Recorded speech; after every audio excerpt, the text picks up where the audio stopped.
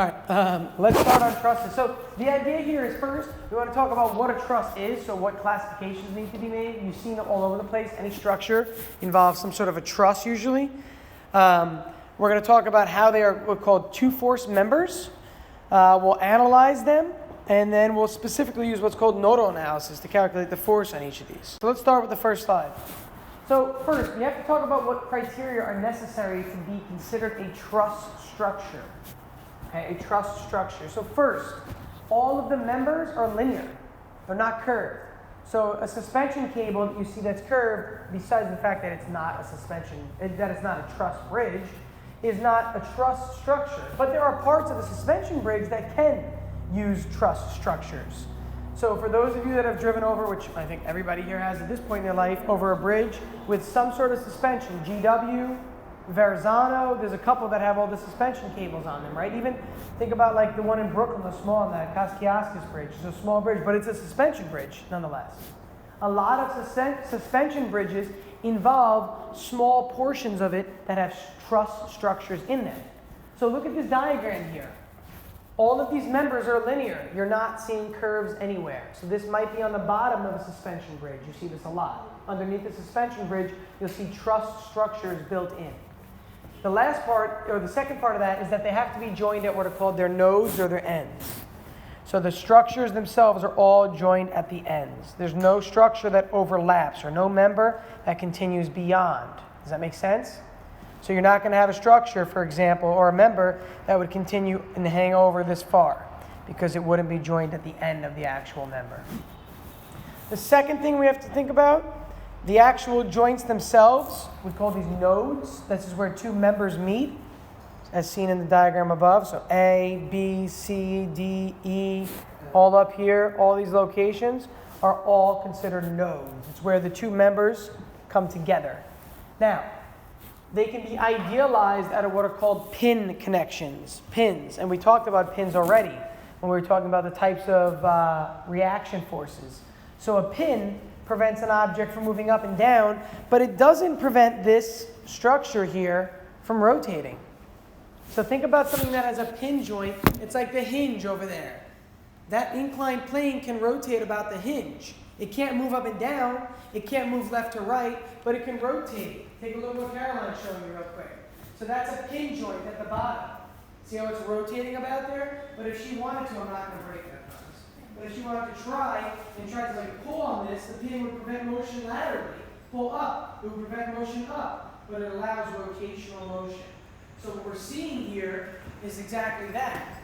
Sure, this is what it really looks like. How many of you looked at the side of a bridge before? This is called, there's a word up here, I put a gusset plate. If you want to write down the note, G-U-S-S-E-T, a gusset plate. Now, a gusset plate involves putting bolts and fasteners and what are called rivets through the member. So you're taking a rivet, and a rivet goes through, and it kind of explodes on the end, so it's permanently fixed. It's like a double-ended bolt. Again, it's a fastener, like a double-ended bolt. Imagine being able to put a bolt through, and the other end you can cause it, like imagine you could melt it, and it would fold back over. You'd have a bolt end on each side, so it can never be removed. That's what you have here. But a gusset plate is very strong, so we model it as a weaker structure, like a pin. We model it like you see here on the far right, where all of these members come together at one location. We call that the node. The reason we do that is because by modeling it weaker, when it's actually put into place, it will be stronger. Again, if you do all the math with only pins, and then later on you actually build a bridge and use gusset plates, what are they going to do? They're just going to make it stronger. So if you modeled a bridge so that it would be able to support a certain amount of load with only pin joints, that's a pretty weak bridge. But if you model it so that it will work under the loads available, the minute you add the gusset plates, it becomes much stronger. It's like a built-in factor of safety. Remember, factor of safety, it's something that makes it stronger than what it's actually made to be or needed to be. So an elevator needs to hold 200 pounds or 500 pounds rather, but it can really hold 2,000 because of those added features. And gusset plate is exactly that, really. We're modeling it with pins, which are weak, but we're really using gusset plates. So the minute the bridge actually gets built, it can actually withstand more than what you calculated for. I told my mom, like, she was building for us, like, a little walk-along stroller. Huh? And I was like, it's a classical structure. Mom, like, it needs to be, like,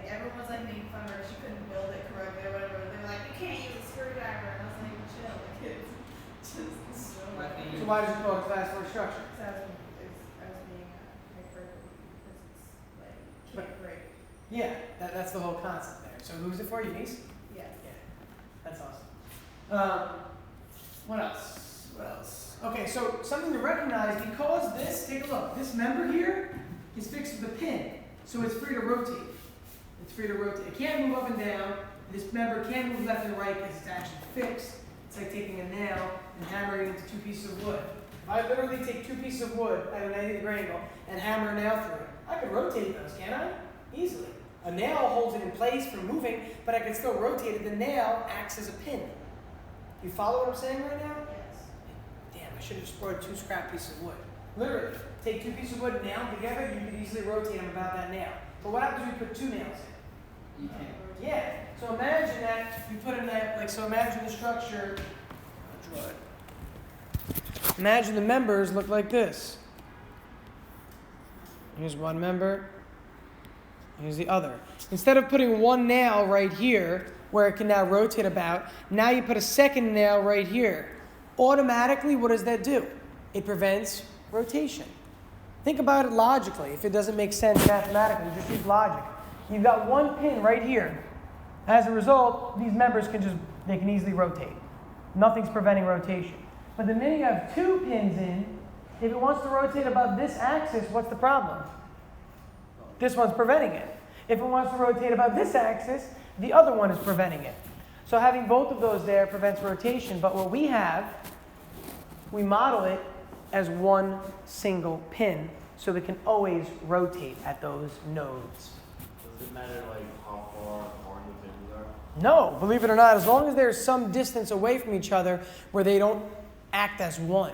If you put them literally on top of each other or abutted, like up against each other, like this one is here, and say the other one is like right there, Klaus, then it might act as one, and they could probably still rotate about both if there's no space between them. But you need space between them. That make sense? The third part that we have to think about, is that all the forces exerted on the truss structure are carried at the joints themselves. So this first one here on the left has a force pulling down at this joint. That is considered to be a truss structure under certain loading. This one would not. The reason truss structures are on the actual nodes is it makes the simplification of the math a lot easier. Okay, that's really the only reason. It makes it viable that you can actually do this problem using simple math. The minute you have a force acting at a different spot, it makes it a lot more complex than just a simple truss structure. All right. Now, every single member in a truss structure is considered a 2-force member. So, for example, all right. For example, and unfortunately, because I kind of rushed this topic a little bit in the year, we haven't gone over compression and tension, but you know what it is just by, what you've learned in life. If I try to pull this apart, what am I applying? If I try to push it together, okay. So when I pull it apart, a dowel rod. You all have used a dowel rod before or felt the dowel rod? Can anybody think they can pull this apart? Honestly, Yes. You really do. Yeah. No bending left. Try it. Seriously, try it. Try to pull as hard as you can. It's not going to work if you bend it, it'll break, obviously, but if you break it, it does. But if you literally try and pull it apart, it's not going to work. The fibers, yeah, you're going to hurt your hand. Don't bend it. Remember, don't bend it. Don't bend it. Let me pull it. Yeah, it's insane. Here, I don't want to splinter hit in the face. It's like impossible. It hurts. But the minute you do this, what happens? It's going to break easy, right? This will break really simply. Because this member, remember we talked about buckling, right? Look, buckling. This can buckle very easily. It doesn't have a high strength in compression, but it has a high strength in tension. That was you. Was that me? Yeah. Oh, thank you. Well, look at where that just fell. Like my new pen, I found this yesterday, but it writes really nice. I needed something great. Is it painful? It is. I needed something great. So, if I look at this member, I could say compression and tension by looking. It's easy to see, right? It's very easy. So look at this member right here. The first one, when the arrows are drawn away from the member, that's tension. That's like me pulling it apart. Okay? The second one on the right, you see the arrows here and here are pushing in. That is compression for the second one. Now, why do you see the opposites at the nodes? Why do you see opposites of the nodes? If the structure isn't moving, it's in a state of Equilibrium. and if there's equilibrium, each force has a Opposite. equal and opposite reaction or force. So if a member feels tension like this, it's pulling on the member, the node or the pin at the end also feels a reaction in the opposite direction. And the same thing here. If the member feels compression, the node feels a force in the other direction. So each time we look at one of these members, we have to consider, is it going to be compression or is it going to be tension? That's our question. Yeah. Yeah. In the second one here, we're going to see that I want to demonstrate something that's actually rather simple. So pause for a second and ignore everything that's going on in the diagram except look at the structure. If I look at the structure, here's what the structure should look like. They do look like carrots, actually, yeah, the color scheme, right? Here's the applied force P. All the nodes have dots at them. Now, I need you to just visualize in your head for a second. Think about a structure like this. If I'm pulling down on the bottom, okay, I'm pulling down, at the ends we're fixed. So this is not moving. Make believe this is connected to a wall or something, or pinned down. This is pinned down also, so those aren't moving. You pull down on this, right? Pull down right here. This member right here, is it going to be getting pulled or is it going to be pulled in tension or pressed in compression? Pulled down. Imagine this is that member, okay? And I'm literally pulling down on it. What is it in? It's tension. Okay? Again, this end is fixed right here. That's not moving. Here's the bottom end. You pull down with the force acting down. This is going to be in tension as you pull down. Now, keep pulling down with this one here. Okay, you pull down at this location. These two members right here are also going to be in tension. I have a lot. These are going to also, thank you. These are also going to be in tension right here. I'll see you after school if you're finished, right? Yeah. So these two members right here, since they're getting pulled down, these two members are also going to be in tension. But when this gets pulled down, it's going to cause these two, imagine this pulling down further, it's going to cause these two to bend and kind of buckle. These are in compression. So these three members are in tension, these two members are in compression. Which way would they compress outwards? Okay, thank you. It actually depends. There's no answer to give to that. It could be either way, and either way is actually acceptable. It doesn't matter whether it bends like that or like that. In this case, because these members are getting pulled down, and this is going to get, so this is fixed, and this is being pulled down, that's the way it would bend. I'm just literally pulling down on it, see what I mean? It would bend like that, because this is the top right here, But here, this is the bottom right. Yeah. But like, if it was like this if it was being pulled down, it would go out. Well, again, I feel like this, when I push down and bend in. So that's why I'm saying either way. Yeah. I mean, again, it depends. In this piece of wood, it's clearly not. You can tell it's not flat. Have you done that with a Wait, pool so stick? when you push down, With a pool, so you tell if the shoe is straight or not? It's like that. yeah, you If it wobbles, it's not straight. If it is, it just turns nicely. So when you're pulling down on the bottom, Mhm. it's the side ones are It causes these to be in tension. yeah, and yeah, In tension. and then those are compressed. But again, you don't have to, guys, what I'm trying to show you is that it's not hard to figure out. Yeah. So we're going to prove mathematically how to do this. It's actually really easy. The minute you start using math and numbers, your answers for whether it's compression or tension comes right from your numbers. You don't need to worry about it, okay? So we'll talk about it, and our answers will verify the concepts, the ideas, okay? I'm going to create a strategy for you. You get distracted with any little thing. Turn to anything Caroline in the eye or somebody else. So quickly, some structures that do use what I call planar or space trusses. Planar or space trusses. Which of these would use planar trusses? What is planar versus space? Oh, like bridges and buildings. Okay. And it's like flat, right? Yeah, exactly. A planar truss structure is like, have you ever seen a barn? Remember the barn? The bar. The Amish that build the barn in like 10 minutes? Remember when they lift the walls? each wall itself, We never actually, we only saw the family Could diagram. you please watch it? each wall itself has its own truss structure. Then the entire apparatus itself is considered a truss structure. Let's see if I have a bookmark on it.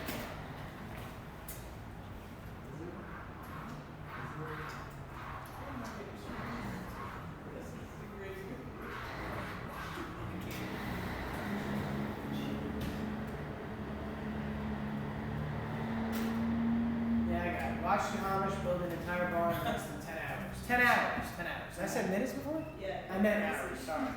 Not 10 minutes at all. Alright, let's go through this real quick. I'm going to fast forward because I don't want to waste a lot of class time, so I might fast forward through stuff. And here it is. Alright, so first, before we Oh, begin, that's huge. look, it's huge. It's absolutely enormous how big your building is barn. It's in 10 hours. So look at each of the walls. Look at the actual top. Look at this triangular side. You can see the truss members in them. And then eventually you're going to lift it all together. But let's go through this process real quick. It's 3 minutes. That's all it is. Yeah, you don't have to fast forward. So, to be honest, it looks like they've already started in the video where they had part of the structure already built. There's one wall lifted. See again, look at this wall right here. Oh, they have Part of the like- member is coming down. This would not be a perfect truss because these nodes are not at the ends. It's really kind of scary to see how fast it is, right?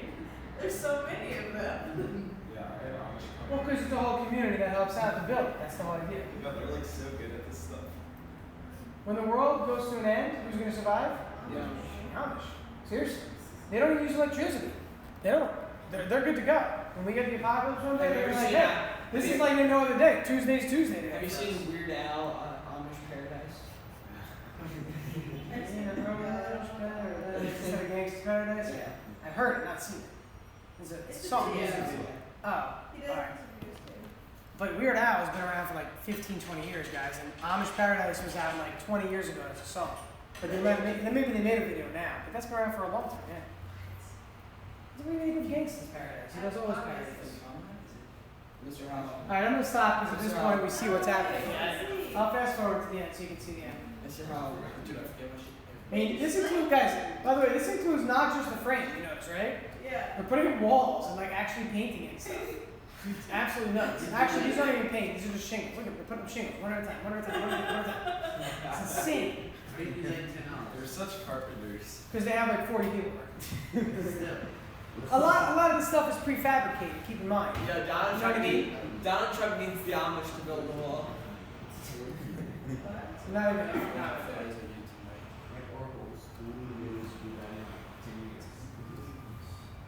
Oh, you don't get to see it finish? pretty much is finished. That little front end, I don't know why they put it out. It's like this.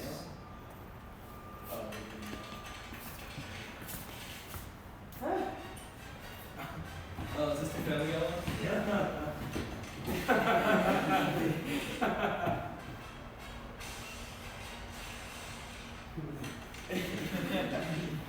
That is kind of fun. I've never seen that one. It's like a video.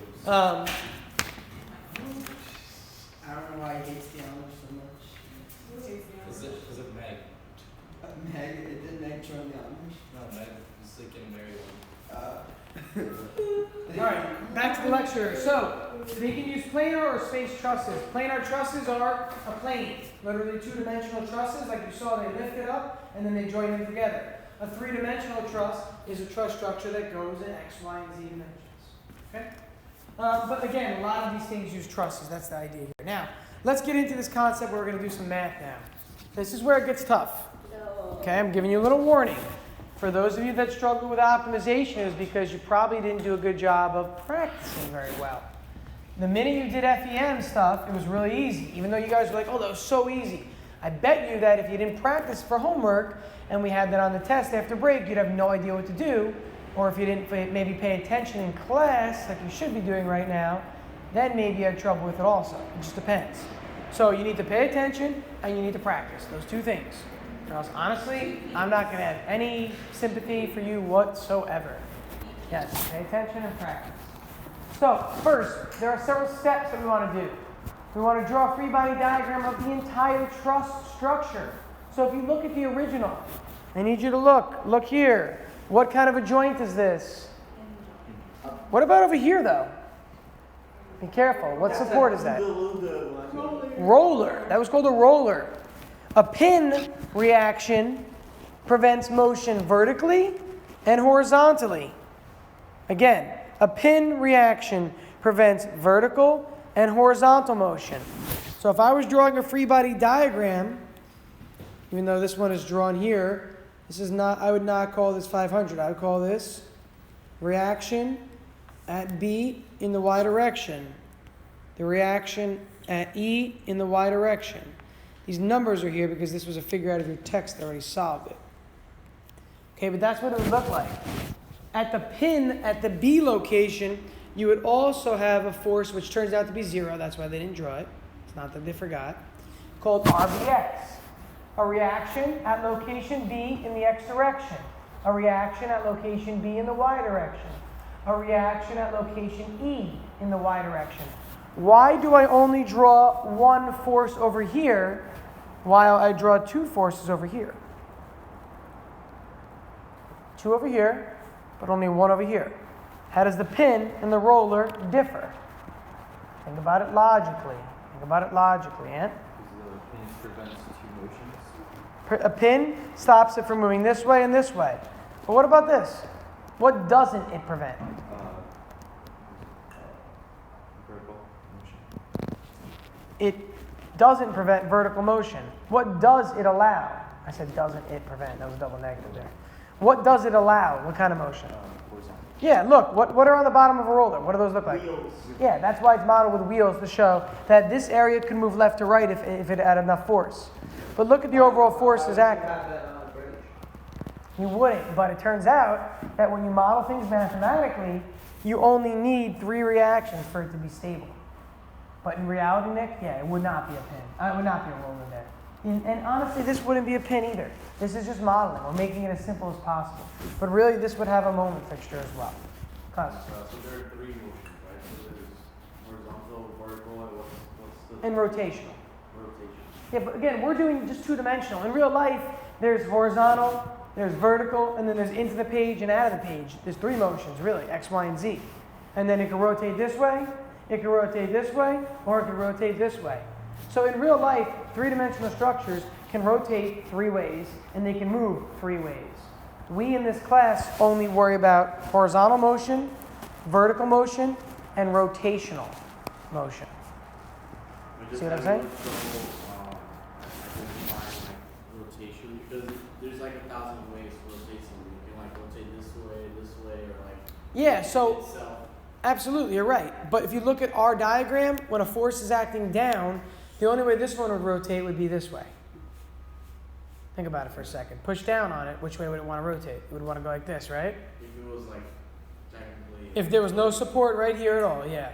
Yeah, if it was like floating, like not on top of it. Or if this was, no, it doesn't have to be floating. This could be fixed right here, but imagine there's no support right here. Which way would this thing rotate? It would go like that, right? Okay, if this, well, you can't fix it here. I was going to say, if you put a pin here instead, it would rotate like that then, but there's no pin there. So the thing is this. Yes, if you guys go on to study engineering, this is like the most basic level of freshman year engineering of truss structures. It gets like a lot more complex than this. I'm trying to give you the basics and introductory stuff. So this is just 2-dimensional, really. Okay? So start with a free body diagram. Use this diagram here and equations of motion. Remember some of the forces and some of the torques? We did all this stuff last year.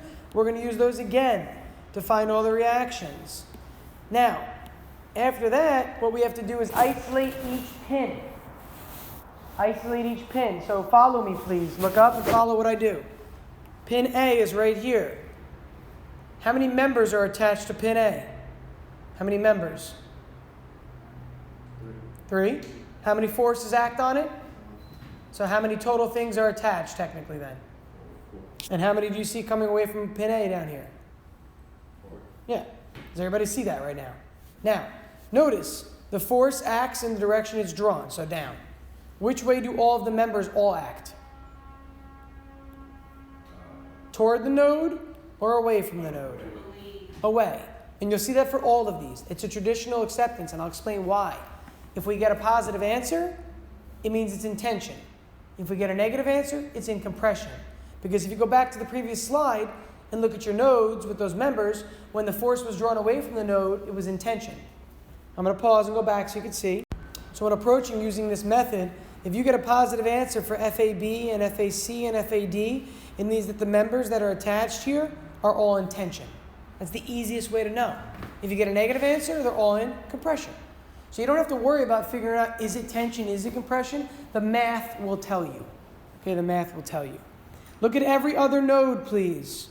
It's always drawn away from the node except the forces that act on it. And in our case, this was RBY. And over here, this was REY, really. But the first step, when you draw a free body diagram of this, you can calculate these three forces right away. So before you even get to the nodal stuff, this is called nodal analysis, really. Before you get to this, you can calculate these three forces, which is why it's okay to actually put the numbers in there if you wanted to. Okay, but all the members, notice, member acts away, away, away, away, away, away, away, away, away. Okay, all those act away. Now, the traditional way to understand and to work through these problems is to isolate and draw a free body diagram of all the nodes, of all the pins, of all the joints, whatever you call them. But it's easier to start where at least one known force is given and at most two unknowns. For example, look at these. How many unknowns do you have? How many unknowns at joint C? Yeah, 4 forces act from joint C, and they're all not known. So if you were to try to look at 2 equations using x and y direction, would that give you a good answer? You have 2 equations and 4 unknowns. Can you solve? How many unknowns can you solve for if you only have 2 equations? How many unknowns can you have? 2. If you have 3 equations, how many unknowns? Etc., etc. So you wouldn't start with this node because you have 4 unknowns in the case. Yes, Klaus? Shouldn't the forces that are above be going down, like towards C, since they're being pushed down? Remember, we draw them all away. If they're meant to be pushing down, Klaus, these answers will become negative. That's all that will happen. Because I feel like they would be... But remember, don't feel that way. Just draw them away always. And if you get a negative answer, it means that you drew it the wrong way. And in the end, Klaus, if FAC and FCD turn out to be negative numbers, it means that it should have been drawn this way, and thus it's in compression, actually. If it's negative, it means that that member is in compression. That's all it really means. And yes, you can switch the direction of the arrow afterwards. But the direction of the arrow means nothing. It's the negative or positive answer that matters the most. Okay? Once we go through an example of this with math, you'll see that at the end, we'll analyze. The positive ones will write tension for all those. The negative ones will write compression. And the arrows won't even matter at the end. But for the sake of simplicity, you draw all of your member arrows away from the node. Away. Always. Okay? External forces, you draw exactly the way they are. So for example here, RBY was an external, 400 was an external force, right? And that acted down on the bridge. So we draw that acting down. So if you know which way that an external force acts, draw it that way. But if you don't know which way a member acts, you don't know if it's compression or tension, which you never know, draw them all acting away. It's just an easier way to start. Okay? And that's what the last part says. A positive force value indicates that the associated member is in tension. A negative force indicates that it's in compression. So let's look at an example to start. Okay, let's take a look at this example.